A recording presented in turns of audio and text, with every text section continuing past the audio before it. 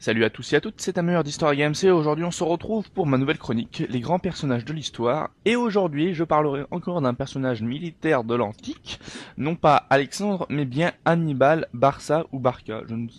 J'ai jamais su comment on disait, hein. Excusez-moi. Donc du coup, des fois je dirais Barça et d'autres des fois Barca. Désolé. À la rigueur, mettez en commentaire comment ça se prononce bien, parce que c'est vrai que moi je ne sais pas du tout. Bref. Donc ce personnage est né en 247 avant Jésus-Christ, dans une grande famille de Carthage. Son père n'était autre que le général Hamilcar Barca, c'est ça, et qui d'ailleurs ce dernier s'est illustré pendant la première guerre punique. D'ailleurs, en faisant un petit coup de pub, vous avez aussi, enfin du moins vous avez mon petit dossier dessus sur historygames.com. Du coup, étant le fils, bien évidemment, de son père de Hamilcar, il a, on va dire, une certaine haine à l'égard de Rome. Et à l'âge de 25 ans, il fait ses premières armes car en Espagne, car il va lancer une campagne clairement. Mais surtout, c'est que à 25 ans, il est nommé général en chef de l'armée carthaginoise, qui d'ailleurs cette dernière, à cette époque, était aguerrie et forte et surtout disciplinée, aussi un maître mot dans les armées à l'époque comme la Grande Rome. Euh, disons que Hannibal voulait, je ne sais pas, sûrement on va dire venger Carthage de la première guerre punique, si je puis dire. Mais il pense très tôt à se pencher vers la ville de Rome à l'attaquer. Avant tout, au début les combats, enfin déjà, on va commencer dans l'ordre chronologique, excusez-moi. En moins 218, il passe à l'action en comment dire, comment dire, il attaque l'Espagne, la péninsule ibérique, et en fait il a clairement, hein, il l'a conquis. Disons, il fait un grand passage dessus, il l'a conquis. Et un village, alors je me rappelle plus du nom, mais il attaque en fait une ville qui était en fait espagnole, ibérique, qui était une alliée de Rome. Et évidemment, c'est ce qui va déclencher, du moins en grande partie, la seconde guerre punique, car c'est grâce ou malheureusement ou à cause d'Hannibal que la seconde guerre punique va être lancée. Je tiens à préciser qu'il y en a eu 3 au total, ou 4, non 3 je crois, mais non que 3. Bref, donc il se prépare à non seulement attaquer Rome, mais il veut aussi, en fait, il veut donc aller jusqu'à la ville romaine Rome. C'est vachement bien ce que je viens de dire. Il veut aller jusqu'à Rome et surtout il veut briser en fait l'alliance entre Rome et les cités italiennes, histoire en fait de réduire clairement la grande puissance de la République, tout simplement. Donc il réunit tout de même une armée de 50 000 hommes et une trentaine d'éléphants. Et donc du coup, il va partir en Espagne et il va surtout franchir les Pyrénées. Mais ça ne se fera pas sans mal. Donc c'est en moins 218 que, toujours la même année, qu'Hannibal passe les Pyrénées et il repousse une armée romaine. Et donc, comme il l'avait plus ou moins prévu, hein, l'armée carthaginoise traverse rapidement le sud de la Gaule. Et oui, à l'époque c'était la Gaule, c'était pas la France. Et donc il entreprend de franchir les Alpes. Mais le problème, il y a les tribus gauloises qui sont en train de le taquiner, pour ne pas dire le harceler, et qui l'embêtent, pardon, très sérieusement. Et pour le coup, il y a beaucoup de ces éléphants, qui ne sont aussi pas habitués au climat surtout, d'une part, et en plus d'être harcelés, qui meurent. Il y en a beaucoup, quasiment tous. Enfin, d'après ce qui est dit, et alors Hannibal voit mourir la totalité de ses éléphants, à l'exception d'un seul. Alors, ça, je ne sais pas du tout si c'est vrai ou pas, mais en tout cas, ce qui est sûr, c'est que sa force côté éléphant, cavalerie, si je puis dire, grosse cavalerie lourde, est quasiment réduite à néant par les éléments et par l'harcèlement des tribus gauloises. Bref, au vu de cette expédition, quand il traverse les Alpes, etc., quand il arrive enfin au niveau de l'Italie, eh bien, il lui reste que 25 000 hommes, soit la moitié avec ce qu'il est parti tout simplement. Donc vous voyez, c'est pas super. Euh, mais les hommes sont exténués parce qu'il faut se dire qu'ils ont passé les Pyrénées, les Alpes, et là, face à eux, les légions romaines au carré, bien coordonnées.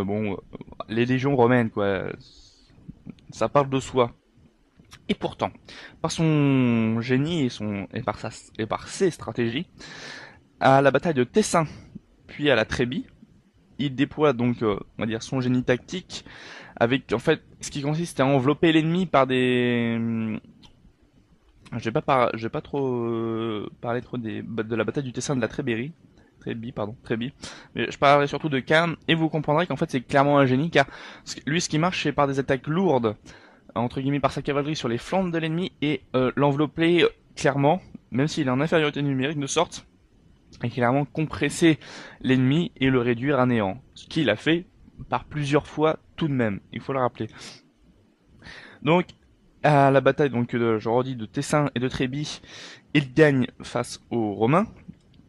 Euh, comment dire, les Gaulois, enfin les petites tribus tout aux alentours, subjuguées, oui c'est clair, subjuguées par les victoires d'Hannibal avec un nombre généralement inférieur à ceux des Romains, ils décident de se rallier à ce, entre guillemets, peut-être pas non plus pour eux un messie, non peut-être pas non plus, mais à ce nouveau général qui est pour eux pardon très fort. Ils décident donc de leur envoyer du renfort. Donc ce qui est intéressant, c'est qu'Hannibal, à partir de ce moment, a un soutien, si je peux dire, physique, c'est-à-dire que, enfin, un renfort d'hommes surtout, qui lui permet de combler ses pertes et de peut-être même d'augmenter ses rangs. Donc en moins 217, au printemps, il décide de, il s'est un petit peu arrêté, donc il reprend sa marche vers le sud, donc en gros vers la cité romaine, parce que je tiens à rappeler que ce monsieur était dans les plaines d'Italie, donc au nord, donc il descend vers le sud, où se trouve la Grande Rome. Donc cette fois-ci, encore une fois, il tombe sur une nouvelle armée romaine, au lac de Trasimène, et là, une fois de plus, profitant du brouillard, il piège l'armée romaine et la réduit à néant, ainsi que le consul Flaminius, il me semble. C'est vrai que là, je ne suis pas sûr de ce que je dis, mais il me semble bien. Et donc dès début moins 216, qu'effectivement il y a quand même un grand laps de temps, le temps qu'il marche et entre les batailles, il y a des années, hein. C'est sûr, j'en parle comme ceci, mais le temps il joue grandement car il y a on va dire de longues attentes, enfin pas de longues attentes, mais il y a de longs moments entre chaque bataille, comme une année quasiment là, parce que c'est au printemps moins 217 et là j'en ai déjà au début moins 216. Bref, cette fois-ci Hannibal se dirige vers Cannes pour s'emparer de vivres d'un dépôt tout simplement. Et cette fois-ci, le Sénat romain décide d'agir, car plus ça va et plus il se rapproche évidemment de la capitale, et il n'arrête pas de défaire en fait les armées romaines, et cela ne peut continuer. Donc la République lève énormément d'hommes pour l'époque, tout de même 80 000 hommes, ce qui n'est pas rien, commandés par les consuls Paul, Émilion et Varron. Oui, c'est ça. Enfin, le 2 août, moins 216, les deux armées sont face à face, non loin de Cannes. Et alors là, évidemment, les Romains, toujours dans leur fonctionnement carré, ils se déploient, alors j'ai noté ça. D'accord, il y a une sorte d'avant-garde, après c'est précédé En fait c'est ça, il y a des unités devant, ce qu'ils appellent donc évidemment l'avant-garde, après il y a le gros des légionnaires tous sur une ligne, et le tout flanqué, donc protégé, comme vous voulez, le tout appuyé sur leur flanc par de la cavalerie romaine, bien sûr. Toutefois, bien que Hannibal toujours inférieur en nombre, décide tout simplement de poster ses hommes, de positionner ses hommes en croissant. Donc c'est très simple, ou en croissant de lune, hein, comme vous souhaitez, pour voir un peu la forme. Et sur les flancs de ce croissant, donc en gros c'est on va dire sur les pointes, les convexes il me semble, je crois qu'on appelle ça comme ça, il place donc ses unités d'élite. Voilà, disons que c'est s'il les place en air, alors après je sais pas comment c'était, mais si on se pointe vraiment comme un croissant de lune, ça serait vraiment que les flancs sont très dégarnis, mais ça m'étonnerait, enfin bon, bref. Sur les flancs, ce qu'il faut savoir, c'est que c'est les unités d'élite, le tout aussi, sur les flancs du croissant, pardon, il y a aussi la cavalerie d'Hannibal. Donc évidemment, le consul, Paul-Émile, engage son infanterie contre le centre adverse. Donc si vous regardez bien, en fait, il s'avance dans le croissant, en gros, parce que évidemment il y a entre les unités du flanc et les unités qui se trouvent, on va dire, qui constituent le croissant en soi, il y a de la distance entre les deux. Donc du coup, ils sont obligés de s'enfoncer à l'intérieur même des troupes ennemies. Ouais, fallait y penser.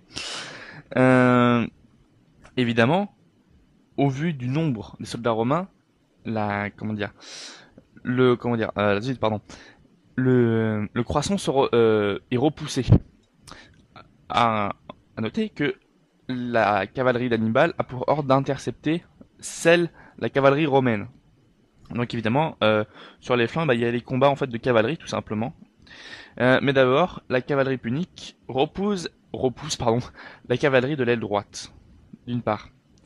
Et donc l'infanterie qui est toujours en fait dans le fond, on va dire, du croissant, et tout simplement, ce croissant qui devient plus ou moins concave se referme sur cette pauvre petite, sur ces pauvres petites légions romaines qui sont littéralement encerclées. Et pendant ce temps, la cavalerie qui avait attaqué de l'aile droite romaine, il s'attaque à l'autre cavalerie qui, une fois qu'il a fini de sabrer tous ces pauvres cavaliers, tout simplement, ils rejoignent l'infanterie carthaginoise dans, clairement et précisément, l'anéantissement de l'armée tout entière de la République.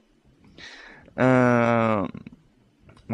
Et Hannibal, évidemment, triomphe de cette victoire tout simplement héroïque. Et pour l'époque, c'était quelque chose, car sa stratégie est évidemment de loin la plus bête.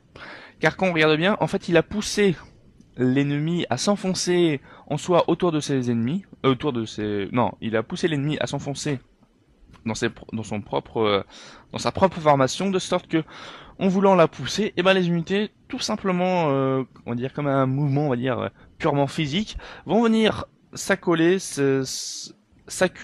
attention, autour des légions romaines afin de l'encercler et de les anéantir tout simplement. Et grâce aussi à cette cavalerie, car sans cette cavalerie carthaginoise, cette bataille n'aurait pas forcément été gagnée pour Hannibal. Les Carthaginois cavaliers qui s'occupent des Romains et qui les vainc, je crois que c'est ça. Et après, ils se retournent, après toute l'armée carthaginoise compresse et anéantit, clairement, annihile l'armée de la République.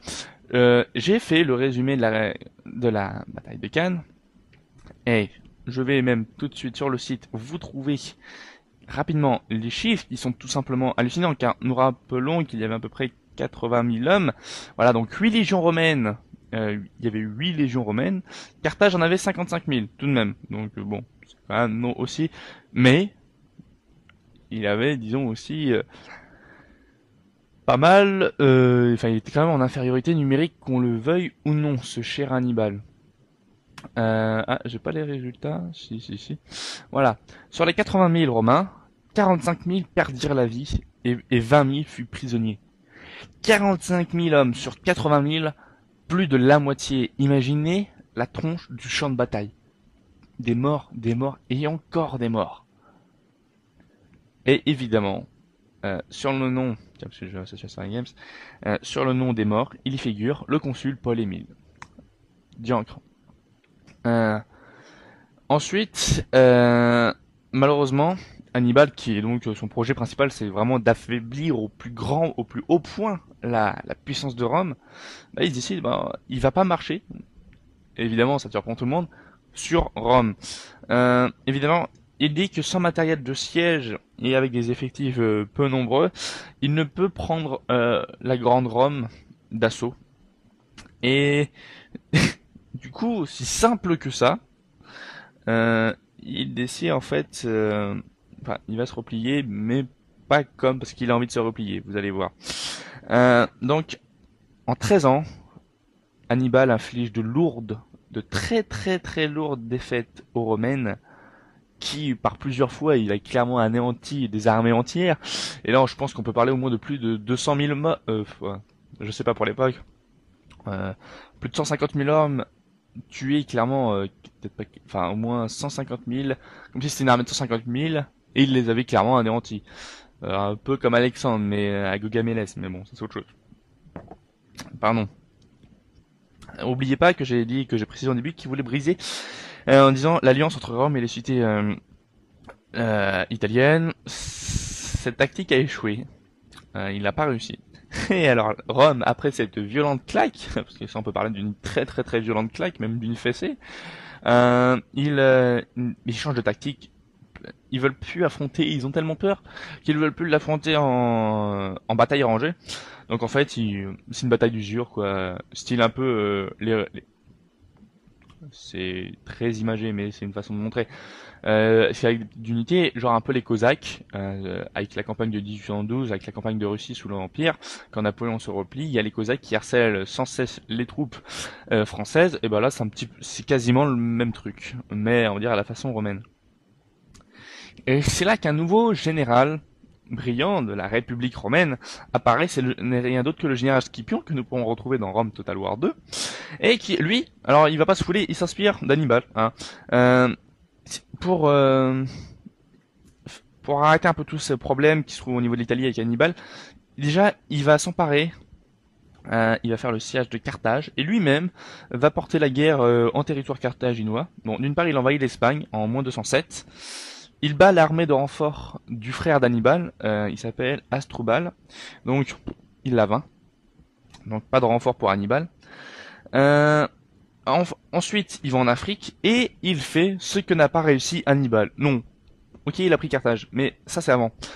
Il, il s'allie avec enfin, il négocie plutôt avec les chefs numides, oui c'est ça, l'aide pour en fait faire tomber Carthage et afin de menacer très vite la capitale. En quoi je dis qu'il a réussi ce que n'a pas réussi Hannibal, c'est que Hannibal a essayé de briser l'alliance entre Rome et les cités latines, ce qu'il n'a pas pu faire, mais là, par contre, Scipion y arrive avec les chefs numides. Si mes souvenirs sont bons, à la fin de la première guerre punique, il me semble qu'il y a eu une révolte aussi, qui a permis aussi plus vite la chute de Carthage. Bref. Ensuite, en moins 203, Hannibal rejoint Carthage. Et rompt la trêve que la cité a négociée avec Scipion. Évidemment, là, ça va faire des problèmes, car à la bataille de Zama, en moins 202, Scipion défait Hannibal en utilisant exactement la même tactique qu'il a fait à Cannes, avec le croissant et très vite, l'armée carthaginoise, c'est au tour de l'armée carthaginoise de se retrouver littéralement anéantie. Ensuite, ce pauvre Hannibal est exilé en Syrie, qui apparemment aurait été menacé d'être livré aux Romains aussitôt, en moins 183, pardon, ne préférant pas être livré, il se suicide tout simplement. Et c'est à la fin que ce grand chef, malheureusement, doit se suicider parce qu'il ne veut pas tomber aux mains de ces irréductibles Romains qui se suicident. Et c'est en conséquence que cette petite chronique sur les grands personnages de l'histoire touche à sa fin après quasiment 19 minutes, enfin 18,5, 18,6, 18, bon bref, 2 minutes. Et comme quoi, un homme, par la volonté et par juste le biais d'une grande stratégie et d'un génie, clairement, il peut vous vaincre une des plus grandes forces de l'époque. Mais un homme qui a aussi cette même volonté et qui est tout aussi ingénieux, je parle de Scipion, peut renverser d'un moment à l'autre tout le cours d'une guerre. Car clairement, bien que notre Hannibal ait refusé d'attaquer Rome, il avait une certaine emprise. Or, Scipion, lui aussi, par force de génie, a neutralisé l'armée de renfort, s'est allié avec les Numides, a pris Carthage, et il a vaincu Hannibal par sa propre stratégie. En termes de combat, Scipion a peut-être, je pense, fait bien moins et bien moins de morts côté carthaginois. Dans le sens, par rapport aux batailles rangées qu'a fait qu'a fait notre général Hannibal. Mais comme quoi, dans une guerre, en fait, il ne faut jamais, comment dire, il peut y avoir un changement de situation brusque par la volonté d'un homme, par sa stratégie et son ingéniosité. Et en l'espace d'un temps, Scipion a renversé le cours de la guerre, le portant à l'avantage une nouvelle fois pour Rome, ce qui a permis à Rome de remporter sa deuxième guerre punique, qui avait aussi vaincu, évidemment, la Grande Rome avait réussi la première guerre punique. C'est ainsi que s'achève ma chronique sur les grands personnages de l'histoire. J'espère qu'elle vous aura plu. J'espère que qu'on se retrouvera sur historygames.com, que vous pourrez commenter l'actualité, nous rejoindre sur le forum, faut qu'on y passe d'ailleurs, mais aussi à vous abonner à notre chaîne YouTube Sonoforêt et à Orochi, grand plaisir, ainsi qu'à notre boss MDF. Donc ainsi, je vais vous laisser après quasiment 20 minutes de parlotte. Et sur ce, je vous dis à ciao.